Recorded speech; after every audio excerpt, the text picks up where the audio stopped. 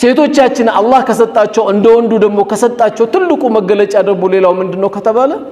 ሁነ ሊባሱን ለኩም ወአንቱም ሊባሱን ለሁን እናንተ የነሱ ልብሶች ናችሁ እነሱ የናንተም ልብሶች ናቸው አለ ይሄ ምን ማለት ነው ላጤ ማለት ልብስን ቢለብስም ራቁቱን የሚኖረው ማለት ነው አላህ ሰብር ይስጥ አዑዙ ቢላሂ ሚነሽ ሸይጣኒር ረጂም بسم الله الرحمن الرحيم واذكر في الكتاب مريم إذ انتبذت من أهلها مكانا شرقيا فاتخذت من دونهم حجابا فأرسلنا إليها روحنا فتمثل لها بشرا سويا قالت إني أعوذ بالرحمن منك إن كنت تقيا قال إنما أنا رسول ربك لأهب لك غلاما زكيا قالت أنى يكون لي غلام ولم يمسسني بشر ولم أك بغيا قال كذلك قال ربك هو علي هين ولنجعله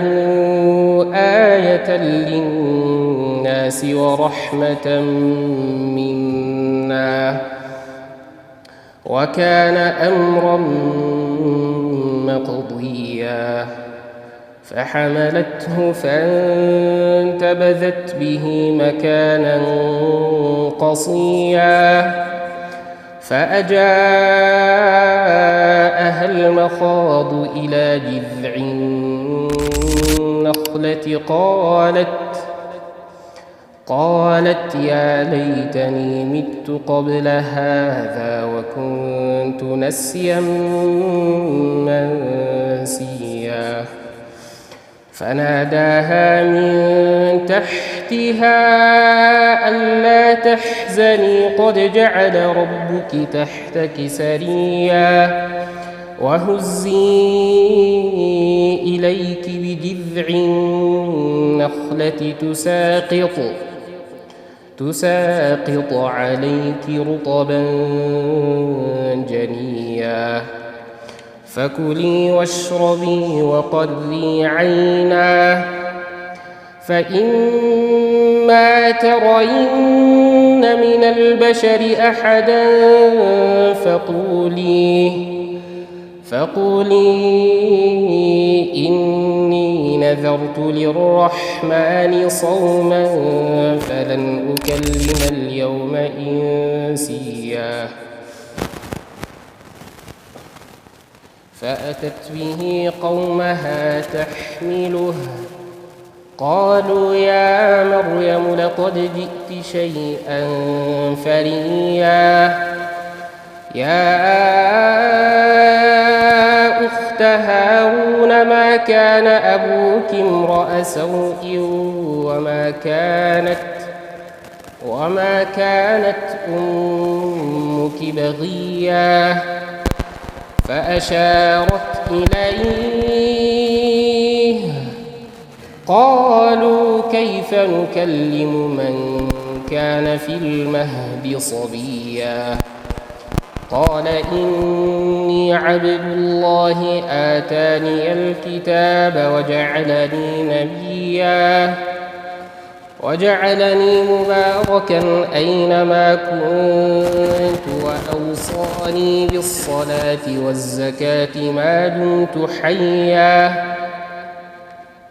وبرا بوالدتي ولم يجعلني جبارا شقيا والسلام علي يوم ولدت ويوم أموت والسلام علي يوم ولدت ويوم أموت ويوم أبعث حيا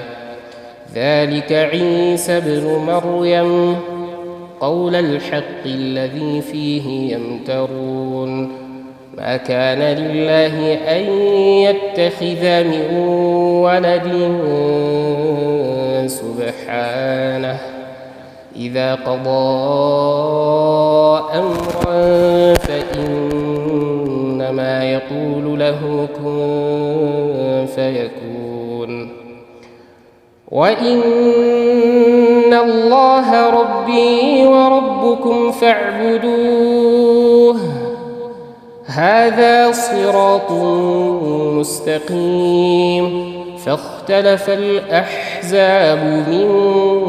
بينهم فويل للذين كفروا من مشهد يوم عظيم أسمع بهم وأبصر يوم يأتوننا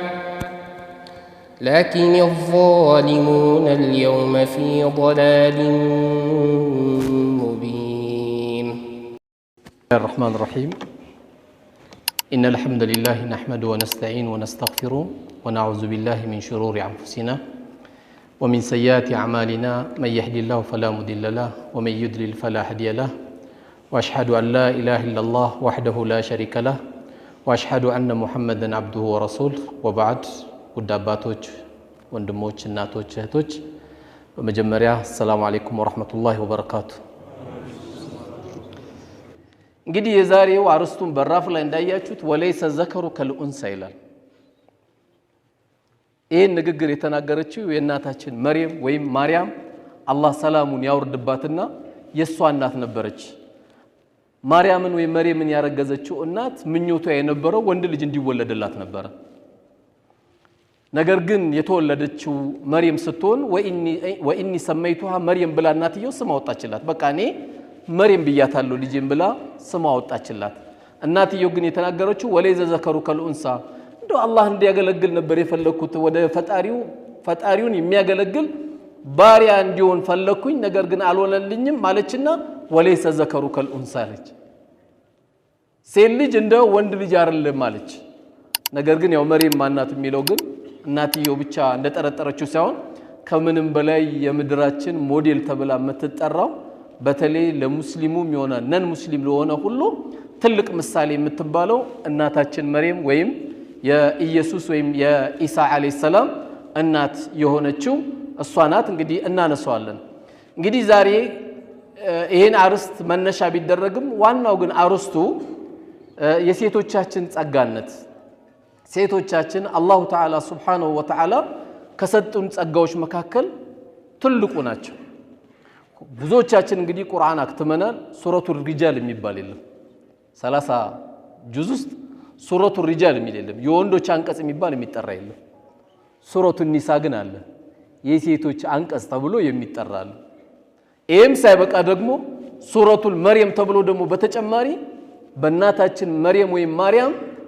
ረጅም አያ አሁን ልክ ወንድሜ እንዳስታወሰው ወዝኩር ፊል ኪታብ መርየም ብሎ እንደጀመረው ስለ መርየም ያለችውን አስታውስ ብሎ የጀመረው የቀራው ወንድሜ አያ ረጅም ስለሷ ታሪክ ሱረቱል መርየም ተብሎ በሷ ተሰይሞላት። ሶስተኛ ደግሞ ሴትነት ምን ያህል ኢስላም እንዳጋጠው ሌላ መገለጫው ሱረቱል ሙጃደላ። ሱረቱል ሙጃደላ የወረደው በማን ነው? ኸውለት ቢንቱ ሳለባ የተባለች ሰሃባ ናት። ኸውለት ቢንቱ ሳለባ የተባለች ሰሃቢት ሴት ናት። እቺ ሴት ባሏ አንድ ንግግር ተናገራት። አንቺ ጀርባዬ ነሽ፣ ያው ሚስቴ አይደለሽም የሚል ነገር ሲናገራት ባሌ እንዲህ ተናግሮኛል ተፈትቻለሁ ወይ ብሏ ለነብዩ አለይሂ ሰላቱ ወሰለም ሄዳ ስጠይቅ ተፈተሻል ይሏታል። ትደግማለች፣ ተፈተሻል ይሏታል። ትደግማለች፣ ተፈተሻል ይሏታል። በዚህን ጊዜ እሷ በጣም ተጨነቀች። በቃ እንግዲህ እኔ የምትፈልገው ሌላ መልስ ስለሆነ እኔ በቃ ወደ ጌታዬ ስሞታዬን አሰማለሁ ከሱ መልስ ጠብቃለሁ ብላ ዱዓ አደረገች። እሷ ይሄን ዱዓ ስታደርግ ሹፉ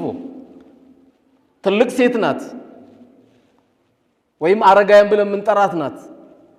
ነገር ግን ሴትነቷን አላህ ሱብሓነሁ ወተዓላ አላሰነሳት በዚች ስትዮ ቁርአን ወይም አንቀጽ ወረደ ምን የሚል قد سمع الله قول التي تجادلك في زوجها በባላ ጉዳይ ተመላልሳ ምትጠይቅ የነበረችው ሴት አላህ ሰምቷታል አላህ እንቅስቃሴዋን ጥያቄዋን ሰምቷታል መጣ ንገራት ምን መደረግ እንዳለባትና ወደ ትዳሯ እንዴት መመለስ እንዳለባት ንገራት ብሎ ለዚች አሮጊት ብለንኛ ምናሳነሳቸው ሰዎች አላህ ከማሳነሱ የሚጠብቀንና የእንኳን በሽታ ነው ትንሽ ምንለው ሰው በራሳችን ጭንቅላታችን ትንሽ ሲሆን ያው ዳሃ ትንሽ እንላለን ገንዘብ የሌለው ትንሽ እንላለን ምላስ የሌለው ትንሽ ልንል እንችላለን ነገር ግን አላህ ትንሽ አላረጋትም በሷ የተነሳ قد سمع الله قول التي تجادلك في زوجها ሚለው በሷ የተነሳ አንቀጽ ወረደ እንግዲህ የሴቶቻችን አላህ የሰጣቸው ትልልቅ ጸጋዎች ነው ምናወራው ሌላው ደግሞ ሴቶቻችን በጃሂልያ በቀድሞ የድንቁርና ዘመን ጊዜ 50 የሚያገባቸው ነበሩ 90 የሚያገባቸው ነበሩ ሴቶቻችን አላህ ከሰጣቸው እንደወንዱ ደግሞ ከሰጣቸው ትልቁ መገለጫ ደግሞ ሌላው ምንድነው ከተባለ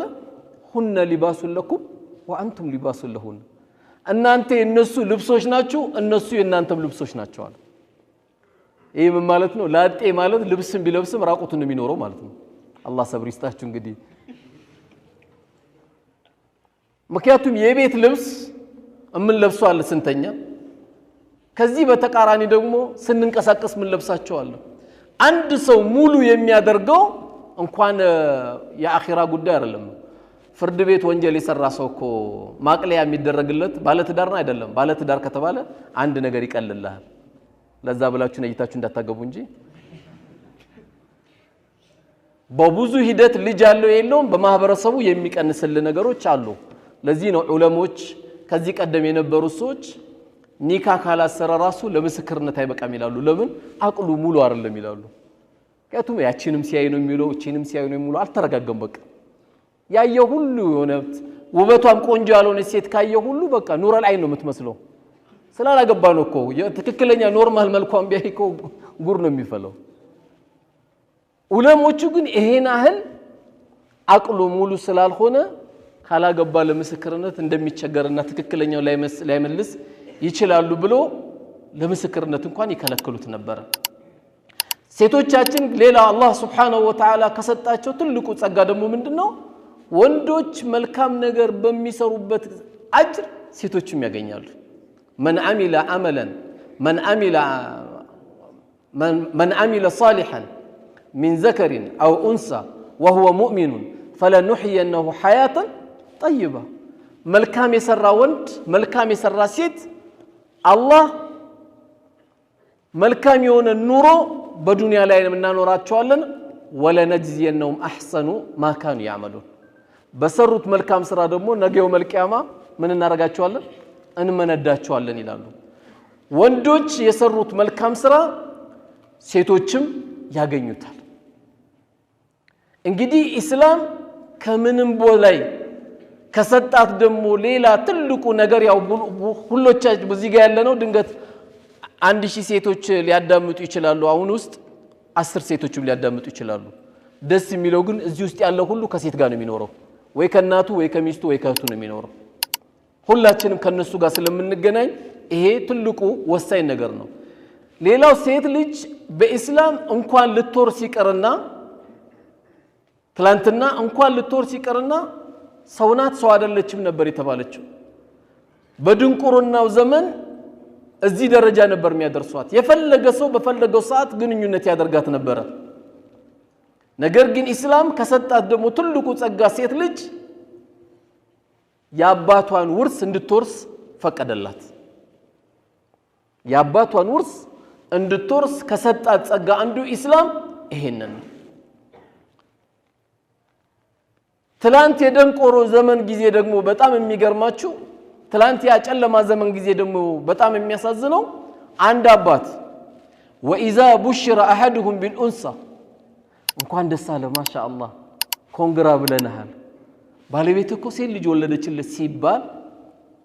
ዘለ ወጅሁ ሙስወደን ፊቱ ጭምድድ ኩምትር ይል ነበር ለምን ሴት ልጅ ስለተወለደለት አንዳንዴም እኮ ይሄ ድንቁርና ደግሞ ዛሬም ያለበት ቦታ አለ ሚስቱን የሚያኮርፋለ ምን ሆንክ ሲባል ባካውንም ሴት ወለደች ይላል እና እሷ ዳቦ ቤት ናት እንዴ ባለ 10 ብር ባለ 15 ብር ጠፍጥፈው እንደሚሸጡልን ዳቦ ቤት ተጠፍጥፍ እንዴ ከየት ተጠፈጥፋለች እሷ የምታውቀው ነገር የለም